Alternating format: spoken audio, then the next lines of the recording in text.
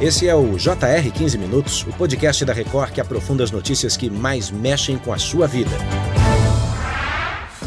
Depois de muita espera, foi divulgado hoje o pacote de medidas do governo federal para ajudar as empresas atingidas pelo tarifaço. O governo vai ajudar, mas exige uma contrapartida. Contrapartida importante, manutenção dos empregos. Para ter acesso às linhas especiais de crédito, as empresas não podem promover demissões em massa.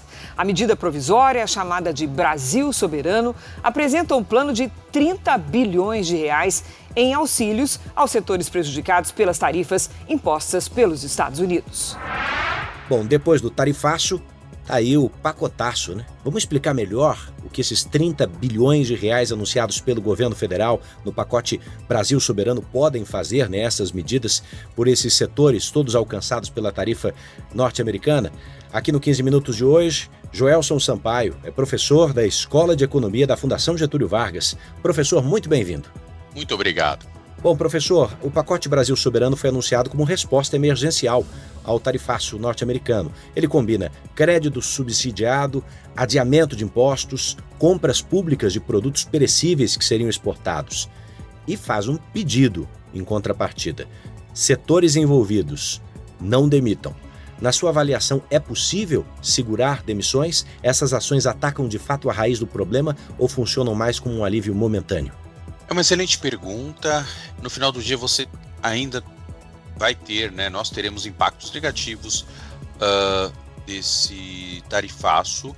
Agora o programa ele vem de alguma forma para minimizar esses impactos através de crédito e adiamento de tributos. E essas linhas de crédito para empresas afetadas priorizam aquelas mais dependentes das exportações para os Estados Unidos. Essa iniciativa pode funcionar de forma imediata, mas não será eficaz se o tarifaço não for revertido? Quer dizer, tudo depende de quanto tempo a medida americana vai prevalecer, professor?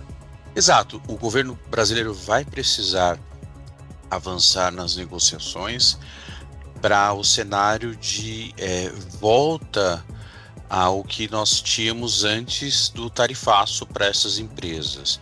Certamente é um alívio, né, essa priorização, né, das empresas numa escala das que mais foram afetadas, também trazendo que haverá um desafio operacional, porque ajuda no nível da empresa. Então o governo vai precisar lá ter uma série de controles, né, para ter essa lista, esse ranking. Então tem um desafio operacional, mas para além disso há também um desafio de permanência, né, dessa ajuda, desse programa, que vai depender muito das negociações que o governo vai ter com os Estados Unidos para reverter, né, o tarifaço, ou pelo menos parte do tarifaço, para essas empresas que, enfim, serão bastante afetadas negativamente. Então, novamente, no curto prazo é um alívio, mas não resolve o problema. O governo vai precisar, de fato, ali ter medidas mais estruturantes de negociação para voltar ao equilíbrio que é hoje, né? Ou seja, o que era antes do tarifaço. Como é que a gente faz para explicar, professor, o que é o Fundo Garantidor de Exportações? O governo anunciou esse como principal ou a principal fonte dos recursos, né, que vão gerar crédito para pequenas e médias empresas. Ainda há barreiras, na sua opinião, para que esses negócios consigam mais recursos? E o que é esse fundo? A ideia do Fundo Garantidor de Exportações não é nova, é algo que o Brasil já adotava. Então o que o Brasil vai utilizar aqui é basicamente o Fundo Garantidor de Exportações, o FGE, para concessão de crédito com subsidiado, ou seja, com taxas muito acessíveis para empresas que tenham essa dependência de faturamento para os Estados Unidos ou de exportação para os Estados Unidos, né? Então, basicamente, o fundo é onde ele é basicamente onde vai ter o recurso, né, esses 30 bilhões, né, que serão utilizados como crédito subsidiado, ou seja, tendo taxas ali mais acessíveis, com um critério de priorização por dependência de faturamento às exportações para os Estados Unidos. Então, isso vai depender do tipo de produto que a empresa exporta, do tamanho da empresa, e aí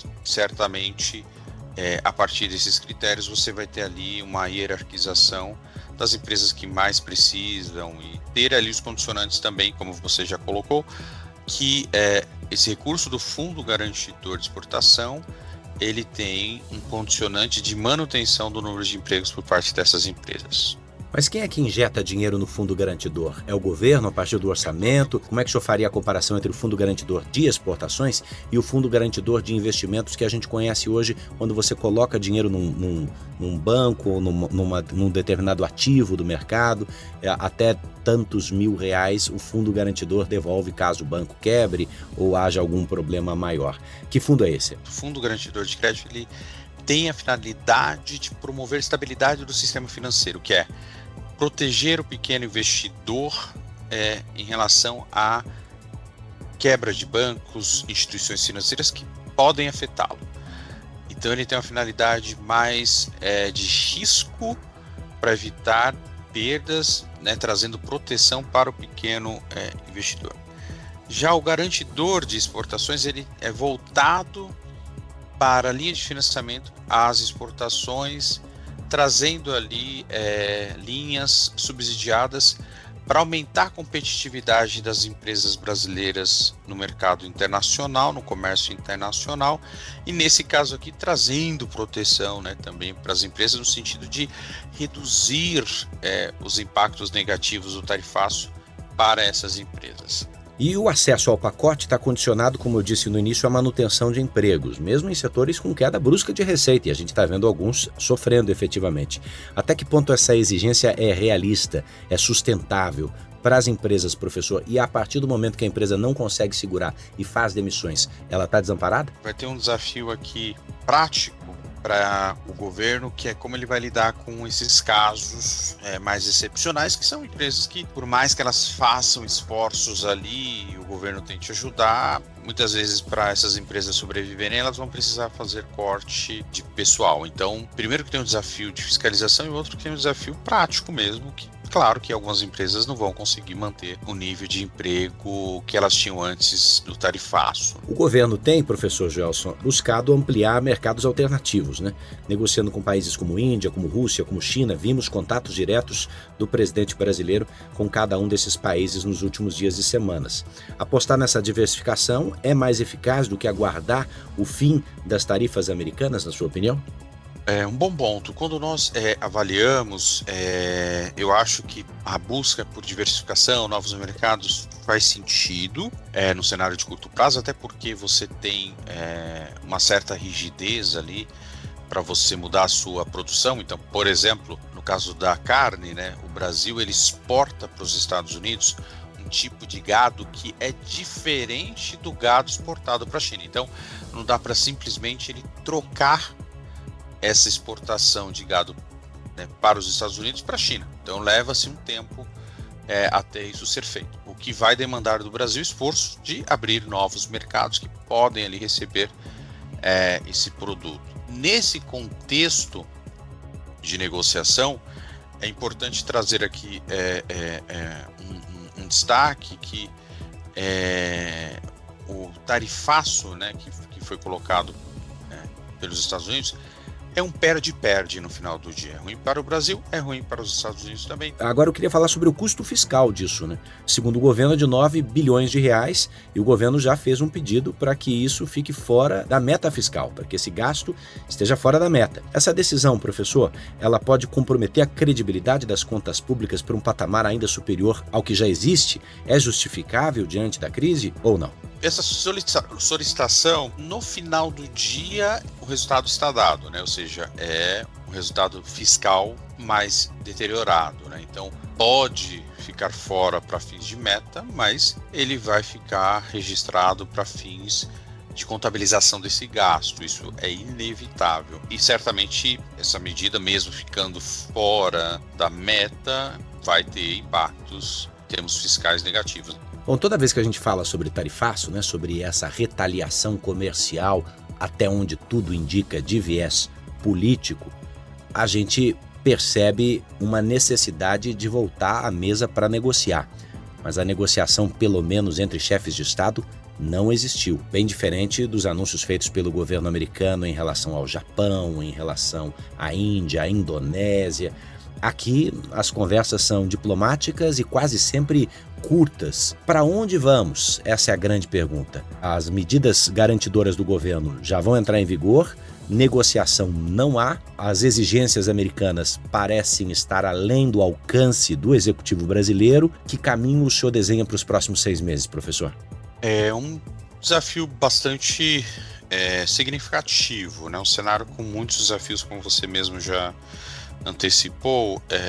Nós temos um cenário de pouca margem de negociação até o momento, pouco avanço em termos de recuo por parte dos Estados Unidos, muita resistência, inclusive, por parte dos Estados Unidos em termos de sentar, né, à mesa para negociação, o que traz ali esses desafios que o Brasil já está passando. Primeiro, questão de ter que ter um pacote entrar em vigor para minimizar impactos negativos, porque esse impacto ele é dado e não afeta apenas as empresas, mas tem a questão fiscal, e busca por novos mercados. Foi criada aí uma Câmara Nacional de Acompanhamento do Emprego para fiscalizar as empresas beneficiadas e garantir o cumprimento das contrapartidas. A pergunta que fica, e essa é a minha última pergunta, é se há estrutura, se há capacidade, professor, de fiscalização suficiente para assegurar que as regras serão cumpridas e que esses 700 mil empregos, segundo o Diese, não estarão perdidos. Há esse esforço, né, e colocado pelo governo no sentido de tentar ter esse controle, monitoramento, né? Mas na prática a operacionalização disso, como você colocou, é muito difícil, né? E como eu falei, assim, na prática a fiscalização ela traz bastante desafios operacionais, então pode ser que ele consiga, em alguns casos, mais ou menos sucesso, mas no final do dia é quase improvável que não vai ter impacto em emprego. Vai ter impacto em emprego porque as empresas, muitas vezes esse pacote não vai ser suficiente, vão sofrer e podem até quebrar, né?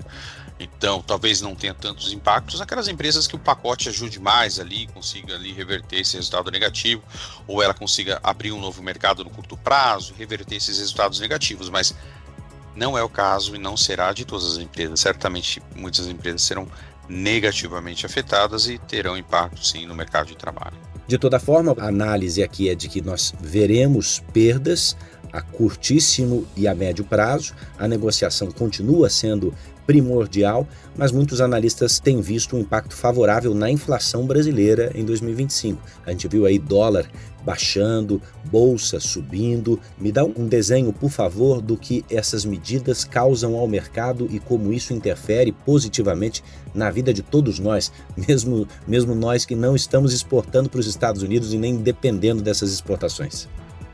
Nesse caso, a gente tem um cenário de maior incerteza, questões fiscais afetam expectativas, essas expectativas afetam a trajetória da dívida, o quanto que os investidores vão colocar em termos de recursos no Brasil. Então, no dia a dia, as pessoas, né, no geral, são afetadas via taxa de juros, via produtos que podem ser também impactados se o Brasil tiver alguma retaliação, e via emprego, via mercado de trabalho também. Por mais que o governo tenha essa iniciativa, a gente vai ter impactos negativos na economia via PIB e via emprego. Isso afeta a renda, e esse cenário certamente, em termos econômicos e sociais, ele é ruim para o Brasil.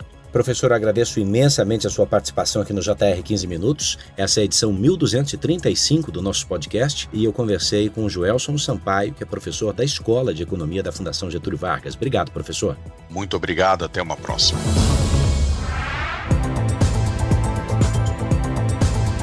Esse podcast contou com a produção de David Bezerra e das estagiárias Amanda Fusita, Bárbara Maiato e Yasmin Logrado, sonoplastia de Bruna Franco, coordenação de conteúdo Deni Almeida, direção editorial de Tiago Contreira, a vice-presidência de jornalismo é de Antônio Guerreiro. Você pode acompanhar o 15 Minutos no portal R7, nas redes sociais do JR e na sua plataforma de streaming predileta. Bora para a próxima?